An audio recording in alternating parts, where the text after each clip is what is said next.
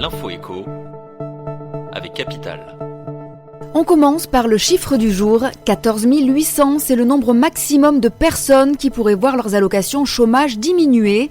La raison, le gouvernement qui a repris la main sur le dossier de l'assurance chômage après l'échec des négociations entre patronat et partenaires sociaux. Ainsi, il envisagerait de baisser le plafond d'indemnisation chômage, aujourd'hui fixé à 7 700 € bruts par mois. Il pourrait passer à 5 775 ou 4 800 € bruts mensuels.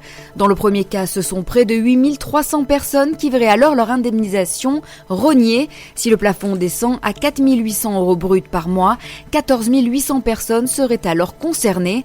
À titre de comparaison, 3,2 millions de Français sont indemnisés par Pôle emploi. La majorité d'entre eux touchent entre 500 et 1 000 € d'allocation chômage d'aide au retour à l'emploi. Le coup de gueule du jour est poussé contre BNP Paribas. Depuis mercredi soir, la banque est touchée par un incident technique généralisé. Résultat, impossible pour ses clients et ceux d'Hello Bank de consulter leur compte en ligne ou alors sur l'application de leur smartphone. Ceux qui tentent de le faire sont redirigés vers une page qui indique service indisponible ou incident en cours. Bien évidemment, cette nouvelle panne a déclenché une vague de critiques sur les réseaux sociaux, d'autant plus que BNP Paribas avait déjà subi un incident similaire au début du mois de janvier. Celui-ci empêchait par ailleurs les retraits d'argent aux distributeurs.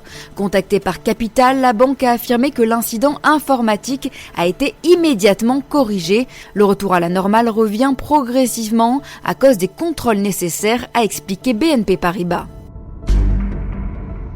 L'info pratique Capital concerne une bizarrerie fiscale qui entraîne une surimposition de certains retraités.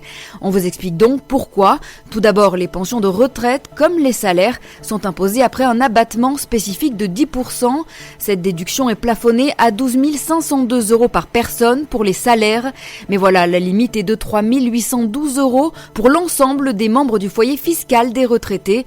Par conséquent, un retraité touchant une pension supérieure à 38 120 € est davantage taxé qu'un salarié avec le même niveau de revenus. Mais les retraités aisés ne sont pas les seuls pénalisés par ce plafond d'abattement, puisqu'il s'applique à l'ensemble du foyer et non à titre personnel. Cette bizarrerie concerne également les couples de retraités plus modestes, soumis à une imposition commune. Et on termine avec la dette d'Airbus. Le gouvernement allemand vient de déclarer qu'il est en discussion avec le constructeur aéronautique à propos d'un encours de crédit, et pas des moindres. Airbus doit encore rembourser 600 millions d'euros à nos voisins allemands. En effet, Berlin avait prêté 942 millions d'euros à Airbus en 2002 pour le développement de son avion de ligne A380. Pour l'instant, le groupe n'a remboursé qu'un tiers de cette somme et le reste aurait dû être rétribué une fois les avions livrés. Problème, Airbus a annoncé la fin du programme A380 le 14 février dernier et le dernier exemplaire sera livré en 2021. L'Allemagne se retrouve donc avec un trou de 600 millions d'euros dans ses caisses. Les deux parties réfléchissent donc en ce moment même à des solutions.